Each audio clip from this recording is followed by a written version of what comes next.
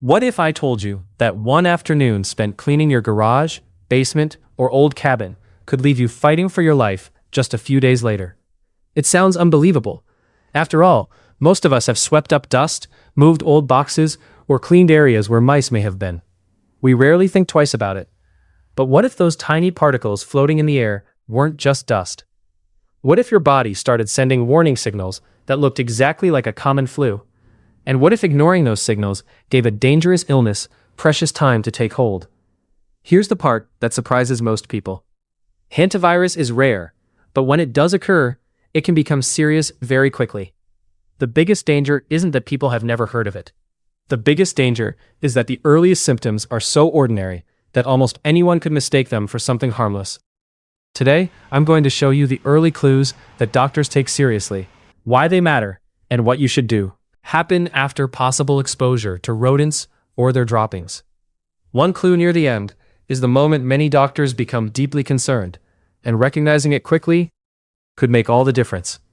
Hello viewers, I'm your AI doctor, Dr. Henry Paul. Welcome to my channel. Here, we explore important health topics, uncover the causes behind common medical conditions, and share practical science-based tips to help you live a healthier life. Whether you want to prevent disease, understand your symptoms, or improve your overall well-being, you're in the right place. So, subscribe to the channel, and let's begin your journey toward better health together. Whispers are easy to ignore, especially when life gets busy, especially when the symptoms feel like something you've experienced dozens of times before.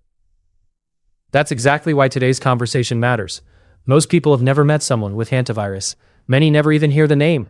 Yet every year, people become infected after breathing in tiny particles, contaminated by the urine, droppings, or saliva of infected rodents. According to the CDC, it's uncommon in the United States, but because it can progress rapidly in some cases, recognizing possible symptoms and seeking medical care promptly is important. This video isn't meant to frighten you, it's meant to prepare you.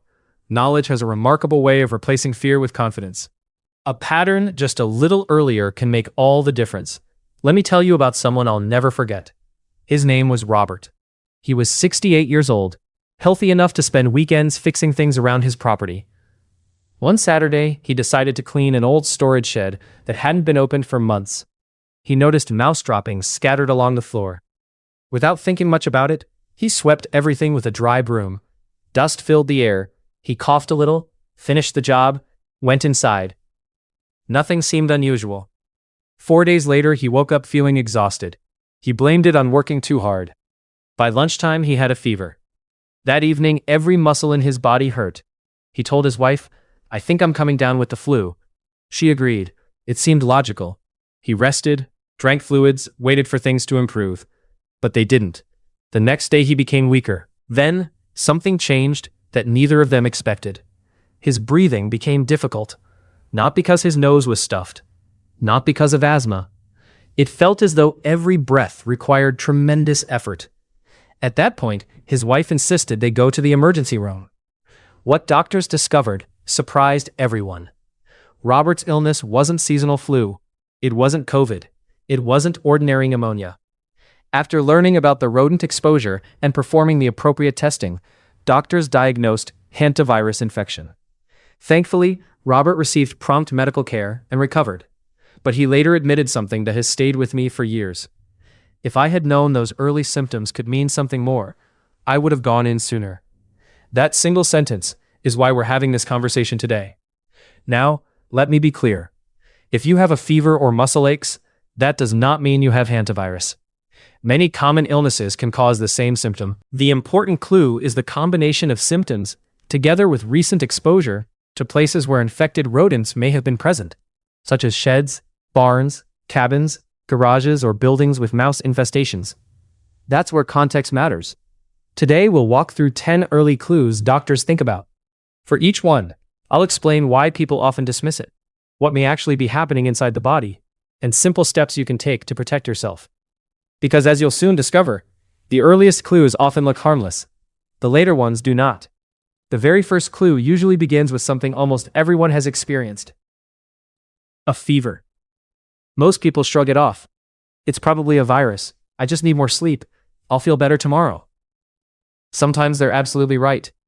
But here's what most people don't realize. A fever is your immune system's fire alarm.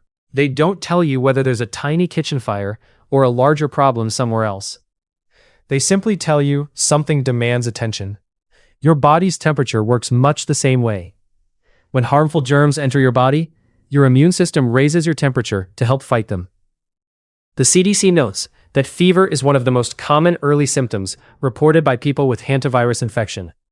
The fever itself isn't unique. It's the bigger picture that matters. If you've recently cleaned an area contaminated with rodent droppings and developed fever within the next several weeks, especially with other symptoms we'll discuss today, don't ignore the connection. One simple habit can make a tremendous difference. If you ever need to clean rodent droppings, avoid sweeping or vacuuming them while dry. That can send contaminated particles into the air. Instead, ventilate the area first and follow public health guidance by wetting the droppings with a disinfectant. Cleaning them. That single change may reduce the chance of breathing in contaminated dust. Now here's something even more surprising. For many patients, the fever isn't actually the symptom that bothers them the most. It's what comes next. Severe muscle aches. Not the soreness you feel after gardening, not the stiffness from sleeping awkwardly.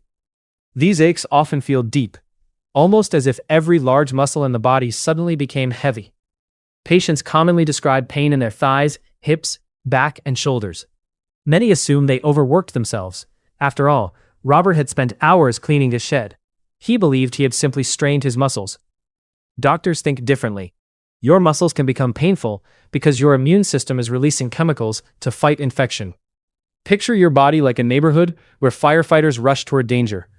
Their arrival helps protect the community.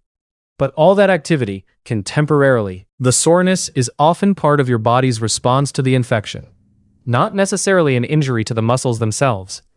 The Mayo Clinic notes that muscle aches are among the common early symptoms of hantavirus. If you've recently had possible rodent exposure, don't dismiss severe muscle pain as simply getting older. Give your body time to rest. Stay well hydrated. And if those aches are accompanied by fever or begin getting worse instead of better, contact a healthcare professional promptly. Because here's where the story takes an unexpected turn. Many people think the next clue has nothing to do with a serious infection. In fact, they often blame it on age, or poor sleep, or simply being too busy. But what doctors have learned about this symptom may surprise you. If today's video helped you understand your heart a little better, I'd truly appreciate it if you clicked the like button. It helps YouTube share this information with more people who may benefit from it. If you're new here, subscribe and turn on notifications. Every week, I share practical, evidence-based health advice designed especially for adults over 50. And before you leave, I'd love to hear from you. Which warning sign surprised you the most? Or is there a healthy habit you've recently started that's made a difference in your life?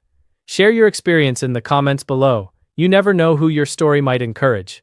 Thank you for spending these minutes with me. I'm Dr. Henry Paul. Until next time, take care of your heart, take care of your health, and take care of the people you love. I'll see you in the next video.